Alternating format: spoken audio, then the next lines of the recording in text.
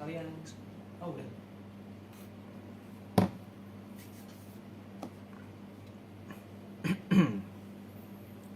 Mari masuk, mari masuk, mari masuk.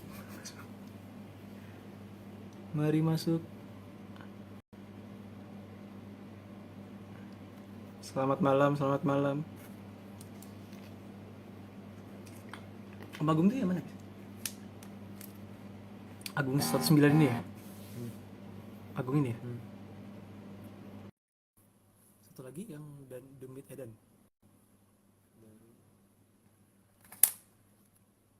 Mana tuh? Halo. Halo Agung. Halo. Sebentar. Yang Demit Edan ini ya? Mas Danu, Mas Daru. Sebentar ya Om. Ya. Gimana Akbar Iqbal Daru? Masuk lah. Oke, kita tunggu Mas Daru. Ahmad Arif. Ini posisi di mana?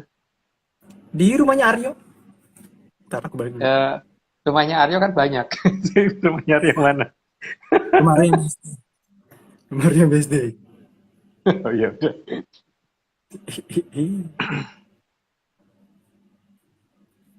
Ya aku host baru, maaf, bimbing aku. Oh, Daru 081. Oke. Selamat malam yang lain, selamat malam Agung. Oh ini dia. Ini ada Mas Daru nih. Salam menyan, salam menyan.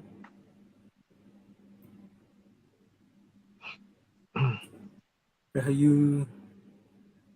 Mas Daru mana? Udah ketemu belum? Belum Om. Belum ketemu. Iya. Udah datang sih, belum join. Jadi gimana? Atau di send request Satu kes sudah. Aku juga tidak ahli dengan IG. Sama dong. Aduh, aku kalau di live ini ya, Daru. Oke. Kita invite Mas Daru. Belum masuk. Nah, ini kayaknya. Halo Mas Daru. Halo. Halo, Mas Kira, Mas Agung, Oke, Rahayu. ayo Mas. Rayu. Oke. Kabar Mas Daru sehat? Pangestudi pun sehat. Waduh. Mas Eskel, Mas Bimo sehat juga. Oke, sehat. Bagus. Jadi kesibukan apa Mas Daru? Waduh. Ini baru istirahat kemarin habis running 11 hari di Sanggar, ada acara. Masih sibuk. Oke. Mungkin sebelum mulai tadi aku pengen cerita sedikit sih ke Om Agung. Tadi pas aku lagi parkir di depan rumah sama Aryo, tiba-tiba ada pelangi 2 dan tebel 1 tipis 1. Pas kita kejar naik mobil, menghilang. Sayang dong, nggak bisa. Iya, sayang sekali. Ini pas banget karena kita membahas karena kita akan membahas sang yang di Jakarta. Oke. Maaf ya teman-teman, saya masih pemula.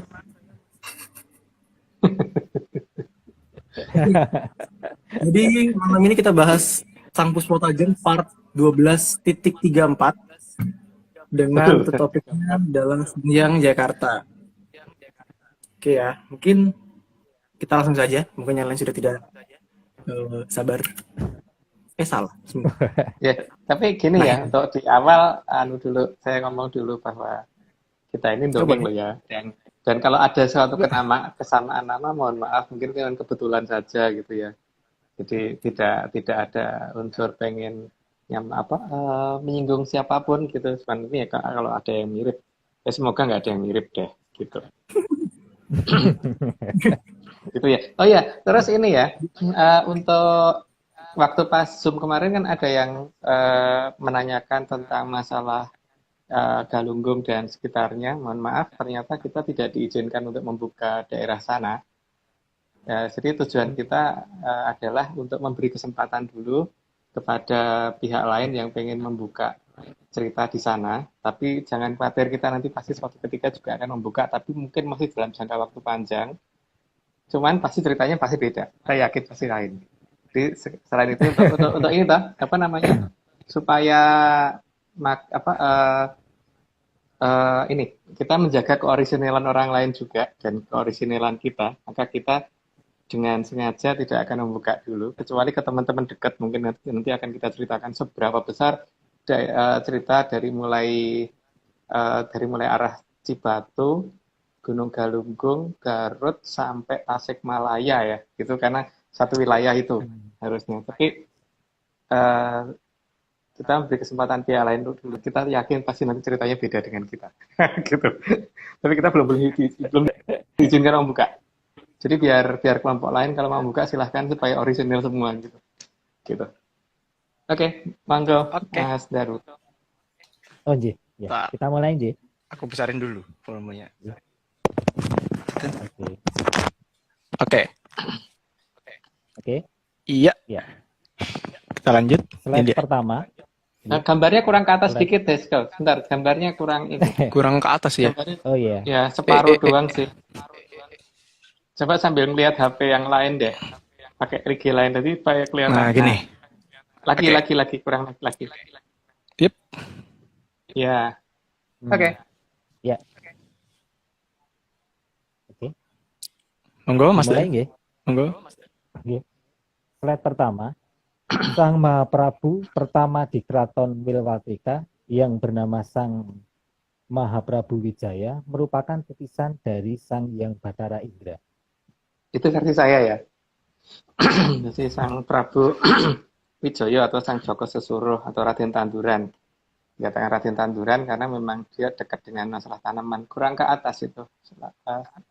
Slide-nya kurang ke atas. Malah turun jadi nggak begitu kelihatan jelas. Lagi kurang ke atas lagi. Kurang ke atas. Terlalu jauh sih kayaknya malahan.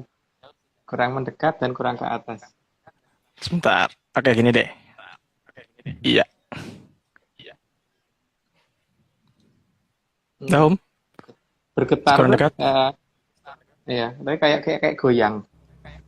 Ah ya, udah sekarang. Tapi kurang ke atas kalau sekarang, kurang ke atas. Terlalu ke bawah sih. Turun lagi.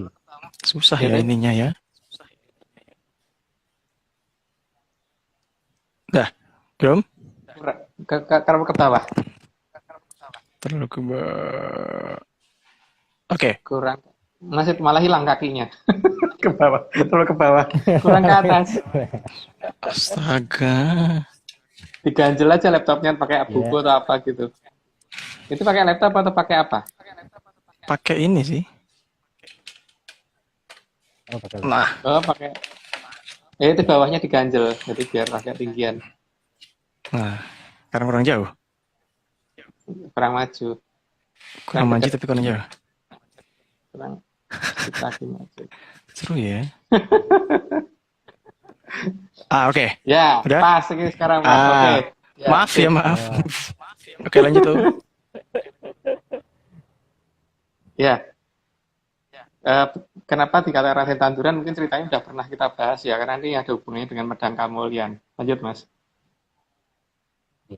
Slide kedua, Sang Mahaprabu Wijaya mempunyai seorang putri yang sangat cantik bernama Sang Dewi Tunjung Sari.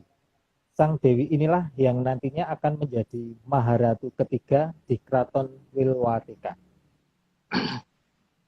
Ya, dilanjut aja. Kayaknya nggak perlu dikasih komentar, karena kita juga Ya. udah telat. Yuk, lanjut, Mas. Slide ketiga, Sang Maharatu Ayu Tunjung Sari hanya menjabat selama 3 tahun, dikarenakan harus melakukan talak berata untuk melindungi keutuhan kerajaan.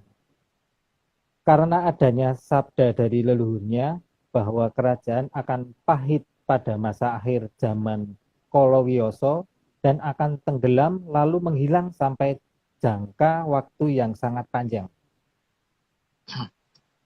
Mungkin nggak perlu dijelasin deh. Lanjut aja. Kan namanya cerita. Oh. Namanya dongeng kan boleh dong. Slide keempat, Sang Dewi Tunjung Sari juga sudah mendapat petunjuk bahwa beliau akan menjadi pasangan dari putra Sang Mahaprabu Wijaya yang ke-8 atau Mahaprabu Bathara Ingkring.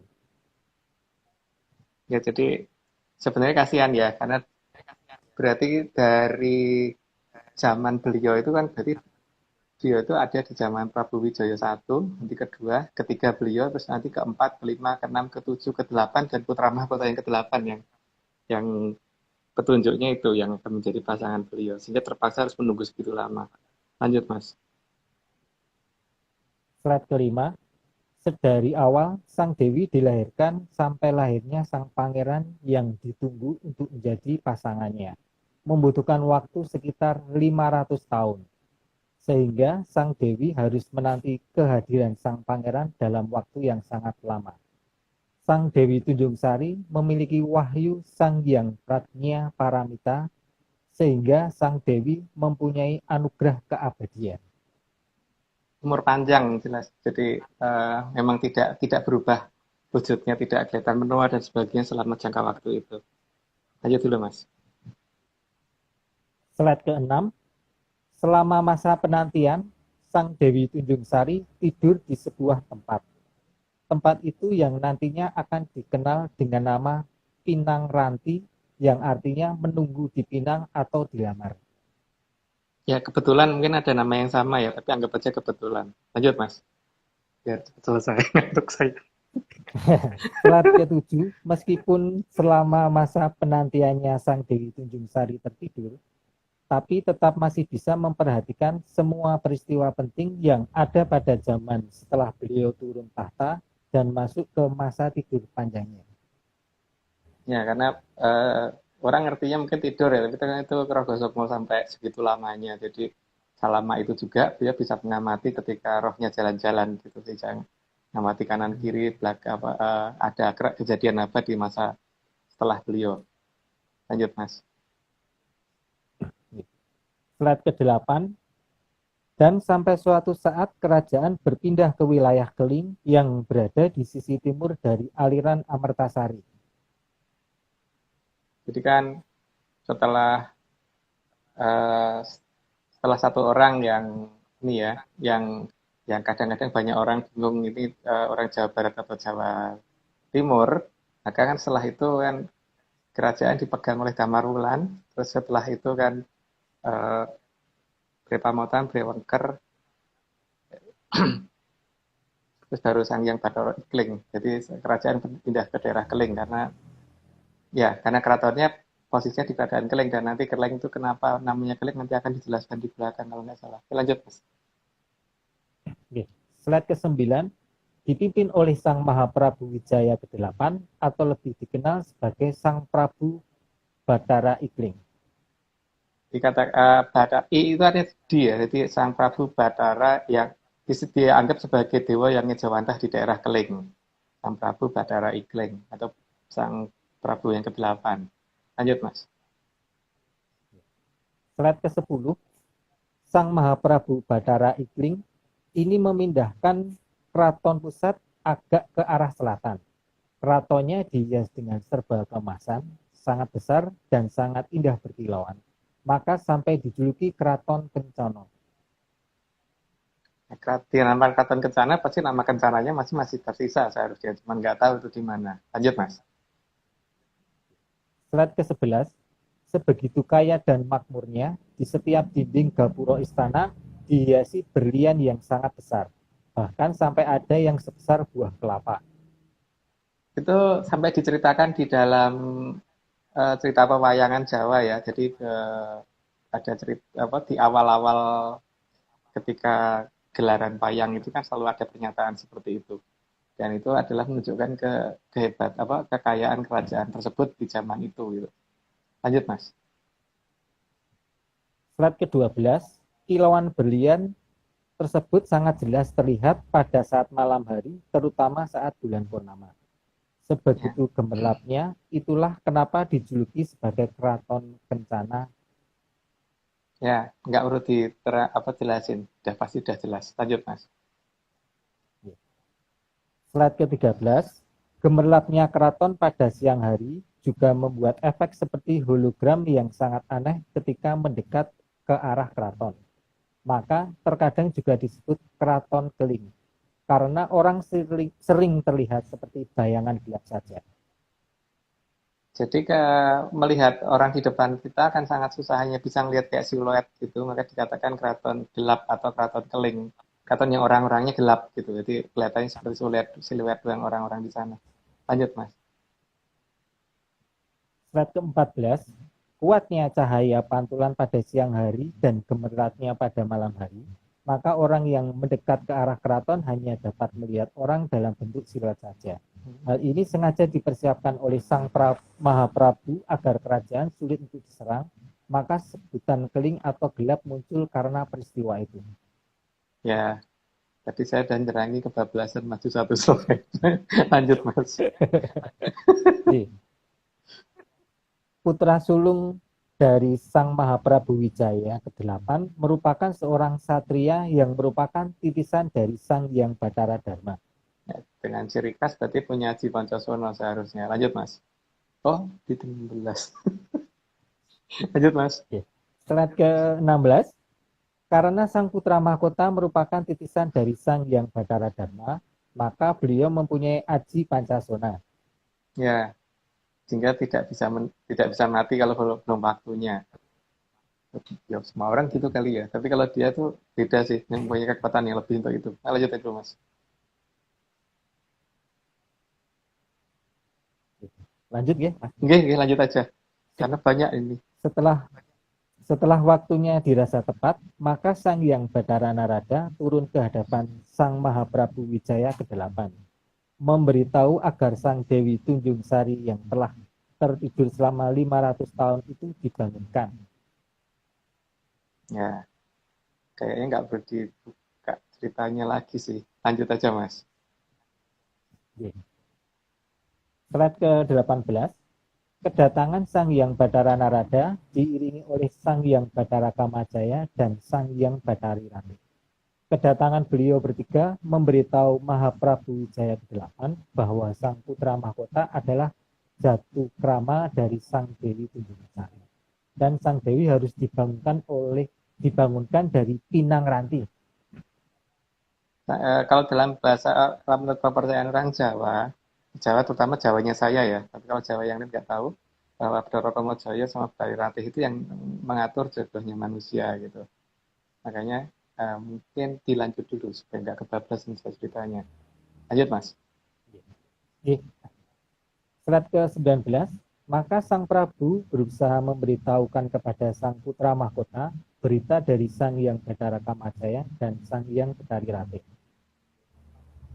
Ya, yang jelas pasti cukup terkejut ya Sang Putra Mahkota mendengar kabar begitu. Lah terkejutnya kenapa? Monggo dilanjut dulu. Sang Putra Mahkota terkejut dan dengan serta-merta menolak. Sang Putra Mahkota kaget jika harus menikah dengan seorang yang merupakan leluhurnya, sehingga memutuskan untuk tidak mau ikut ke Pinang Ranti. Awalnya begitu, tapi ya nantinya pasti mau ikut. Lanjut Mas. Slide ke-21, Sang Mahaprabu berusaha membujuk putra sulungnya dengan menunjukkan bahwa itu adalah perintah dari para dewa dan meminta Sang Putra Mahkota untuk ikut terlebih dahulu. Jika nantinya tetap tidak mau pun tidak menjadi masalah, bisa kembali pulang. Jadi pada dasarnya Sang Putra Mahkota diminta untuk ikut mengiringi Sang Mahaprabu dan tidak akan dipaksa jika memang sungguh-sungguh tidak mau. Ya, lanjut. Karena nggak boleh diceritakan. Lanjut. Slide ke-22, Sang Putra Mahkota akhirnya mau ikut ke Pinang Ranti meskipun dalam hati sebenarnya merasa terpaksa. Ya, kalau dalam bahasa Jawa gerundel itu apa namanya? Sebenarnya males, nggak mau ikut gitu, nggak mau karena sebenarnya nggak mau, tapi ya karena diminta dengan sangat oleh orang tuanya terpaksa mau. Lanjut Mas. Slide ke-23, sesuai petunjuk Sang Hyang Bathara Narada, maka di hari Respati Manis, tepat di saat terjadi bulan purnama, Sang Mahaprabu berangkat bersama Sang Putra Mahkota ke Keraton Pinang Ranti. Ya, lanjut. Karena kayaknya nggak ada perlu dikomentari. Sudah cukup jelas. Slide ke-24, begitu sampai di Keraton Pinang Ranti, Sang Putra Mahkota diminta menunggu di ruang tamu yang sudah disediakan. Sedangkan Sang Mahaprabu mendekat ke tempat peristirahatan panjang Sang Dewi Tunjungsari. Karena kalau diajak juga pasti nggak akan mau, makanya suruh nunggu dulu di ruang tamu. Lanjut itu, Mas. Ya. Slide ke-25, Sang Mahaprabu langsung membaca mantra pemberian Sang Hyang Badaraka Majaya untuk membangunkan Sang Dewi Tunjungsari dari tidur panjangnya. Ya, Aji Pangeracutan itu ya. Lanjut, Mas. Slide ke-26, Sang Dewi akhirnya terbangun dan diberitahu oleh Sang Mahaprabu bahwa putranya sedang menunggu di ruang tamu yang ada di depannya. Ya, nggak perlu diceritakan, nggak perlu dikomentarin lagi. Lanjut, Mas. Ya, cepat selesai. Slide ke-27, Sang Mahaprabu sebenarnya cukup cemas karena sangat sadar bahwa Dewi Tunjungsari merupakan memiliki kemampuan dan kesaktian yang luar biasa. Beliau sangat khawatir jika putra sulungnya tidak mau. Ya, ya cemasnya orang tua ya, karena ngerti bahwa yang dihadapi itu di Betari Ngejawantah bukan hanya orang biasa. Lanjut, Mas. Namun saat melihat Sang Dewi Tunjungsari terbangun, meskipun rambutnya belum teratur, sudah terlihat sangat cantik.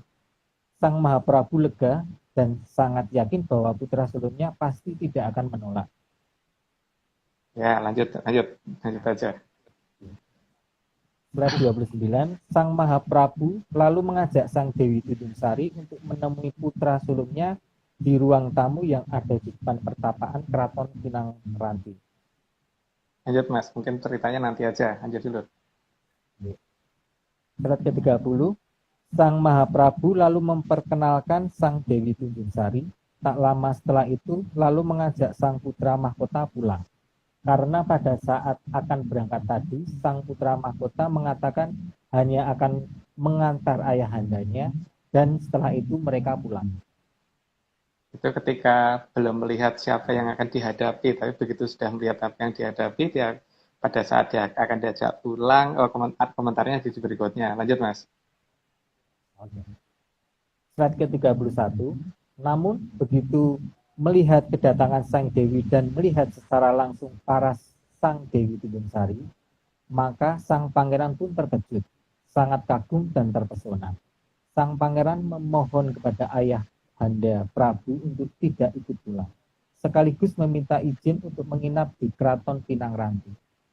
Jadi kebalik ya malahan. Tadinya nggak mau ikut, sekarang malah jadi nggak mau pulang. Lanjut. Menginap juga ya. Menginap lagi. Slide ke-32, melihat dan mendengar permintaan putra sulungnya membuat lega dan gembira hati Sang Mahaprabu. Maka Sang Mahaprabu mengajak Sang Dewi Tunjungsari untuk berunding menentukan hari pernikahan Sang Dewi dengan Sang Putra Mahkota. Lanjut dulu, Mas.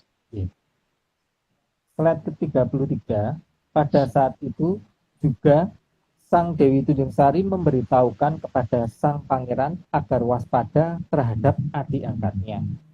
Karena Sang Putri sangat tahu jikalau adik angkatnya tersebut yang akan membunuh Sang Pangeran yang sudah ditunggu selama 500 tahun. Ya, sayangnya itu nggak didengarkan ya. Itu kejadian yang sangat-sangat sayang. Lanjut, Mas. Mungkin karena terlalu cinta sama Dewi Tunjungsari, lagi berbunga-bunga mungkin. Oke, lanjut, Mas. Slide ke-34, karena teramat sangat bahagia setelah ditentukan hari pernikahannya, maka Sang Pangeran menjadi tidak waspada dan lupa akan peringatan dari Sang Dewi Tunjungsari. Ya, bukan hanya itu ya, karena mungkin menganggap beliau baru aja bangun dari tidur, itu dianggap itu adalah mimpi atau gimana, sehingga kurang didengar. Padahal itu peringatan dari seorang Betari Ngejawantah yang harusnya didengar. Lanjut, Mas. Slide 35, Sang Putra Mahkota ini hanya bisa dibunuh dengan pusakanya sendiri dan kebal terhadap senjata lainnya. Kegembiraan ini mengakibatkan tidak waspada terhadap adik angkatnya karena kurang mengindahkan peringatan dari Sang Dewi. Itu yang lebih sangat disayangkan di situ ya. Dan itu sebenarnya sudah diperingatkan berkali-kali, tidak cuma satu kali. Tapi ya karena merasa bahwa adiknya tidak akan tega sama dia, maka kemudian kita tetap melakukan itu gitu kan. Seharusnya tidak dititipkan pusakanya ke adiknya. Lanjut, Mas.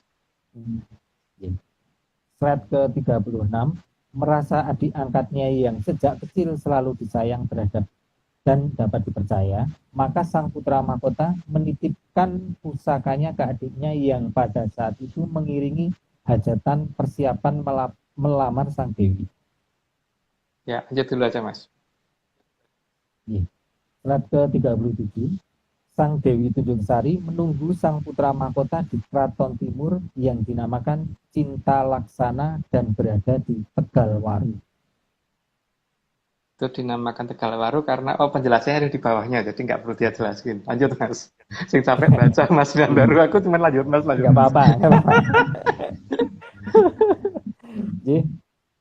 Slide ke-38, dinamakan Tegalwaru karena sepanjang jalan di daerah itu dihiasi oleh hiasan yang berbentuk tanda sayang dan berupa waru merah.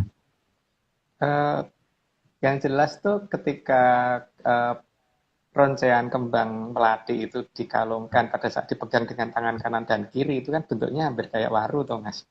Salah satunya itu ya penyebab kenapa dinamakan Tegalwaru. Dan seharusnya tanda itu dari negara kita tadinya awalnya. Lanjut, Mas. Slide ke-39, namun sayang sekali pada saat perjalanan menuju Tegalwaru, sang pangeran ditusuk oleh adik angkatnya dan kepalanya dipenggal. Badan bagian bawah dibawa oleh pasukan adik angkatnya dan dirajam. Sampai tidak bisa dikenali lagi anggota badannya. Dicacah-cacah sampai habis. Cuman lokasinya mohon maaf saya tidak bisa menyebutkan di sini karena itu termasuk bagian dari Antarktis yang di Atlantis Series. Lanjut, Mas. Slide ke-40, di sebuah bukit yang penuh duri, sebagian anggota badan sang putra mahkota dihancurkan. Lanjut aja, Mas, nggak tega saya membahas ini. Lanjut. Slide ke-41, kepala dari sang putra mahkota dibuang dan dilempar atau dihambalang ke aliran Amertasari.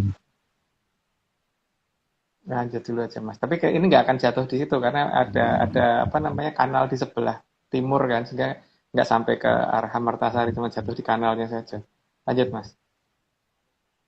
Slide ke-42, bersama dengan peristiwa itu, Keraton Pusat diserang. Namun penyerangan hanya mencapai daerah hologram dari Keraton Pusat yang berhasil dibuat tidak terlihat oleh Mahapatih Gajah Permada karena telah ditutupi dengan ilusi sebuah gunung. Sampai dengan hari ini akhirnya ditutup seperti itu. Lanjut, Mas. Slide ke-43, sehingga keraton hanya bisa terlihat seperti gunung bagi yang tidak bisa melihatnya, serta gerbang atau gapura masuk terlihat menjadi daerah yang cukup jauh. Ada di sebelah timur ya, gapura yang dibikin satu-satunya pintu masuk saat ini hanya ada di sebelah timur. Itu pun kalau bisa ngelihat. Lanjut, Mas. Slide 44, gapura masuk keraton yang berwujud emas atau bisa disebut dengan gapura keemasan. Gapura emas atau gapura kuning atau bantar kuning tersebut hanya bisa terlihat dengan jelas apabila mencermatinya dengan menggunakan mata satu. Jadi kalau dalam bahasa saya ya, kawi saya atau bahasa Sanskertanya saya, itu gapura itu dalam bahasa dulu itu adalah bantar. Jadi kalau emas itu biasanya dikatakan kuning. Jadi kalau bantar gapura emas itu adalah bantar kuning. Maka kalau ada nama bantar itu pasti adalah gapura. Makanya ada gapura gerbang jadi apa dan sebagainya gitu ya. Jadi Pak yang pakai nama bantar-bantar itu berarti gapura. Menurut saya. Lanjut, Mas. Slide ke-45, mengetahui sang pangeran dirajam, sang dewi sangat marah dan segera bertindak untuk mencari keberadaan kepala sang pangeran. Sang dewi sangat tahu sekali bahwa sang pangeran tidak akan bisa mati walaupun hanya tinggal kepalanya saja. Ya, karena memiliki Aji Poncosono. Lanjut, Mas. Slide ke-46, sang Dewi berencana akan menyerang balik Sindia. Mengetahui hal tersebut, pihak penyerang segera mundur ke arah seberang Sungai Berantas. Karena mereka sangat tahu bahwa tidak akan ada yang sanggup melawan sang Dewi. Jadi kalau zaman dulu tuh perempuan pun itu bisa luar biasa ya, jadi tidak hanya laki-laki. Beda dengan sekarang. Lanjut, Mas. Slide ke-47, dalam kondisi tersebut, sang Mahapatih Gajah Permada menasihati sang putri agar membawa mundur kepala sang pangeran, sambil meminta petunjuk kadewatan apa yang harus dilakukan. Diminta mundur itu karena posisi Putra Mahkota sudah seperti itu, jadi harus dikembalikan dulu menjadi manusia seutuhnya lagi, tapi itu harus ada petunjuk dari kadewatan, makanya beliau milih mundur, karena kalau dipaksakan menjadi raja dalam kondisi seperti itu kan tidak baik untuk sejarah negara ini. Negara itu cerita saya ya, negara dongeng saya. Oke, lanjut. Slide ke-48, bersama sang Mahaprabu, sang Dewi membawa kepala pangeran ke arah timur untuk meminta petunjuk dari sang Hyang Wening Sabdojati. Ke timurnya timur banget itu. Timur banget sampai dekat rumahnya Mas Darus itu. Lanjut, Mas. Slide ke-49, kejadian tersebut sebenarnya bisa dihindari jikalau sang pangeran mau menggunakan mata satu dalam melihat tingkah laku adik angkatnya. Ya memang karena tidak waspada ya, dan karena terlalu sayang sama adiknya dan terlalu percaya sama adik angkatnya, yang terjadi jadi seperti itu. Jadi dia tidak waspada karena melihatnya kan pakai mata dua gitu. Lanjut, Mas. Slide ke-50, terlebih lagi apabila ucapan yang disampaikan oleh sang Dewi Tunjungsari didengarkan, maka semua kejadian yang sudah terjadi akan bisa dicegah. Karena apa yang telah disampaikan oleh sang Dewi adalah hasil pengamatan dengan mata satu, sehingga prediksi tentang adik angkat dari sang pangeran sangatlah akurat. Karena beliau bisa seperti itu selama 500 tahun itu kalau bukan Betari Ngejawantah kan nggak mungkin. Dan seorang Betari tidak akan salah dalam memprediksi suatu keadaan, pasti akan benar. Cuman sayangnya tidak didengarkan. Lanjut, Mas. Slide 51, sang Tri Kencono Wuwu sigro tumindak anetepi jantraning kamulyaning Prabu. Ini cuman pernyataan saya pada sana bahwa ini sudah kita sampaikan. Sehingga nanti serial berikutnya tinggal sambungannya dari ini gitu. Lanjut, Mas. Udah nggak ada. Ya. Ampun, telah. Udah, jadi yang paling penting berarti harus waspada dengan yang kita selalu tulis itu kan Daru Beksi dan sebagainya itu ya. Ada beberapa peringatan tentang Daru Beksi, terus kemudian Saya lupa. Nah ini. Ya. Cerita tentang dahulu yang akan datang itu nanti akan datang secara perlahan-lahan. Itu juga harus dicermati, dan terutama kalau yang akan ada Telas Tangi sudah lama itu Sudah lama ya. Tentang akan adanya Kumambangnya Watu Hitam sama Sleme Prabu Gabus. Memang ada 3 yang akan bangun gitu kan nantinya. Ya deh, Mas, jadi gitu dulu. Hari ini pembacaan saya dan ini dipercepat karena kita sudah terlambat setengah jam gara-gara sayanya kena macet parah tadi, hampir nggak bisa balik loh. Tapi aku mungkin mau nanya dikit Om, kan katanya tadi daerah Bantar itu artinya gerbang kan? Kan kalau di Jakarta tuh ada Bantar Gebang, apakah itu juga termasuk ada gerbang gitu? Padahal itu kan di tengah daerah Amertosari. Nanti ceritanya pas ketemu ya. Nanti tak ajak keliling. Gak bisa, aku pancing. Gak usah aku pancing. Saya ketemunya Mas Agung lama banget ini. Itu dia, saking sibuknya Om Agung gitu. Gak bisa ketemu. Ya, nanti kalau pas ketemu aja mulai penjelasannya. Karena bukan untuk konsumsi publik ya. Berapa pergeserannya dan sebagainya nanti tak jelasin. Terus bagaimana ngeceknya dan bagaimana melihat gapuranya gitu ya. Tapi tidak di sini ya. Oh, boleh sih Om. Aku tunggu sih Om. Ya. Aku tunggu. Eh, Nah mungkin itu saja dan mungkin maaf ya karena kami telat dan juga kalau saya ada salah saya mengucapkan terima kasih untuk para leluhur juga. Terima kasih Om Agung sebagai narasumber dan juga sudah menyiapkan teks draft slide yang dibantu tim Atlantis Series agar lebih indah lagi. Ada juga terima kasih Mas Daru sudah jadi narator. Terus untuk Om Naga Tapak Angin yang menjawab pertanyaan di kolom chat, terima kasih. Om Rahardian juga yang sudah menulis kalimat slide, terima kasih. Mas Dani Ardi, aduh bagus banget flyernya, indah sekali. Dan juga untuk Pak Marius, Arif, dan Sobat Atlantis lainnya, salam menyan, salam sehat selalu. Sampai jumpa, jangan lupa tunggu Atlantis Series untuk minggu depan, seri-seri selanjutnya. Bye-bye. Ya. Masih nyambung yang jelas. Masih nyambung Masih dengan nyambung. ini. apa sih nyambung? Ya. Semua tetap dengerin ya. Bye-bye. Ya, baik. Iya, Bayu. Bayu.